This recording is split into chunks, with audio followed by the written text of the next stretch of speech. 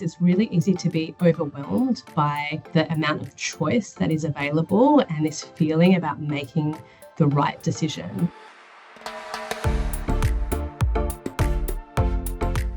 My name is Elisa Werner-Seidler and I'm an Associate Professor and Clinical Psychologist here at the Black Dog Institute, and I lead the research program into adolescent mental health.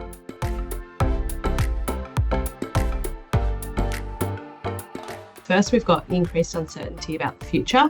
It's a lot less certain than it has been before, and part of that is around economic instability. We see increased natural disasters and significant concern from young people about the effects of climate change and what sort of world they're going to be living in the future. We've seen the emergence of a new kind of clinical presentation, which is called climate anxiety, which is, as it sounds, a lot of young people reporting feeling really nervous and concerned about the future because of the changing climate. We're seeing higher levels of loneliness and social isolation amongst young people and actually people in general than ever before. We now use a lot of digital technology to connect with family and friends. Sometimes that can be really beneficial and sometimes maybe not so much. Some people use social media in a really helpful and beneficial way to their mental health, but certainly, particularly for young girls, we know things like body image and eating behaviours can be very much influenced by what they see online and in social media. Finally, we're seeing sort of higher levels of depression and anxiety than we've seen before, and concerningly, the age at which young people are starting to report thoughts of harming themselves is actually getting younger. So these are sort of some of the patterns and trends that we've been noticing over the last decade or so. First thing is, it's really easy to be overwhelmed by the amount of choice that is available and this feeling about making the right decision. Most grown-ups who've been out in the workforce would say, first of all, you don't need to know exactly what you want to do. We now move across industries and workplaces much more frequently than before. So there is an opportunity to try a few things out and find out what works for you. And conversely, I think if somebody has a really clear idea of what they want to do, knowing that there are multiple ways to get there. I think first of all, it's breaking it down into smaller steps. So thinking about all of the possibilities, narrowing it down, often getting it out of your head and onto paper, deciding to focus on, what's the pros and cons of, say, this pathway versus that pathway, and looking at it really concretely, setting some goals and saying, over the next 6 months, I'm going to narrow it down to these 2 options, and just, the more you can limit your options, often the easier it is to progress. And also, I think changing your thinking around needing to choose the perfect career or the perfect job early on. If you choose something at the get-go and that ends up being the thing that you stay in and you love, that's amazing. That's not the case for most people, and I think that's okay. And then enlisting the help of family and friends, often talking about it, bouncing ideas off one another, and getting some reassurance from people who've been there before about what, ask them about their pathway, speak to people in an industry that you're considering going into. It's a major transition. So first, acknowledging that, and then second, establishing a consistent routine, sleeping about the same time each day, getting up about the same time each day, knowing what to expect. That can do a great deal of sort of keeping everything stable. And certainly, maintaining work-life balance, it's not about throwing yourself totally into a job at the expense of everything else. Spend time with friends, spend time with family as part of that sort of, established routine.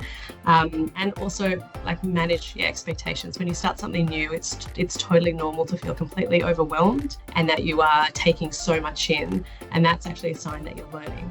So I think having a realistic understanding and expectation of what it's going to be like, and then once you are in that position or in that role, just sort of reflecting back and saying, that I am learning a lot. This is the first time I've done it. That's okay. When we talk about warning signs and signs that people might be struggling, we're usually talking about a significant change. So a change from what you know about this person, a change from the way they usually are.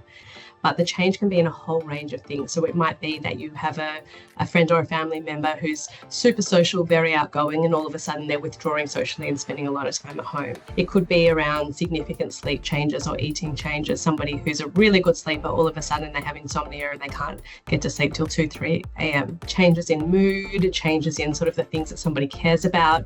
I guess one of the hallmark features of low mood and depression is what we call anhedonia, which is really like a lack of a motivation or engagement in activities that somebody previously enjoyed, and is certainly worth speaking to them about and following up. Well, I think first and foremost is just letting them know that you're there. So just making sure that they understand that you're there to listen. They may not be ready to talk yet, and that's okay. I think sometimes people think you have a check-in conversation or you ask how someone is, for whatever reason, they're not ready to talk and then that's finished. It's actually an ongoing conversation, and you can start in a really non-threatening way. Like, I've noticed you haven't come to netball the last couple of weeks, or you've stopped answering my text messages. Is there something going on? Is there anything you want to share? Just in a really sort of non-confronting way. And if that's not the right time, coming back to it until somebody is at a point where they're willing to share or speak to you. I think something that is important to keep in mind always is that you don't want to become a mental health professional to your friends or family members. You want to be a support to them. You want to help them. You can often say, or you can ask, is there anything practical I can do to help?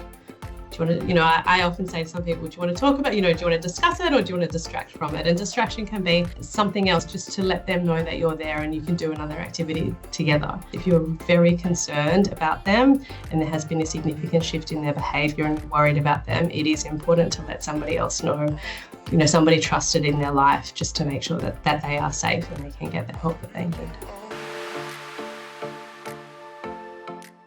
For young people, there's a few organisations that do some really good work. First of all, there's the Kids Helpline, which is a great service that is available to anyone up to the age of 25, and you can call them anytime.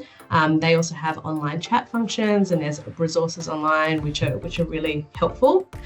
There's Headspace as well. Headspace actually have a hub around career development and support, but I think for sort of general mental health concerns, the first place that you always want to go is to your GP. Have a chat to your GP. They will be able to help. They'll be able to suggest whether they think you should follow up with a psychologist or a psychiatrist or a counsellor, or whether there are some online tools and programs which might be beneficial to test out depending on what might be going on.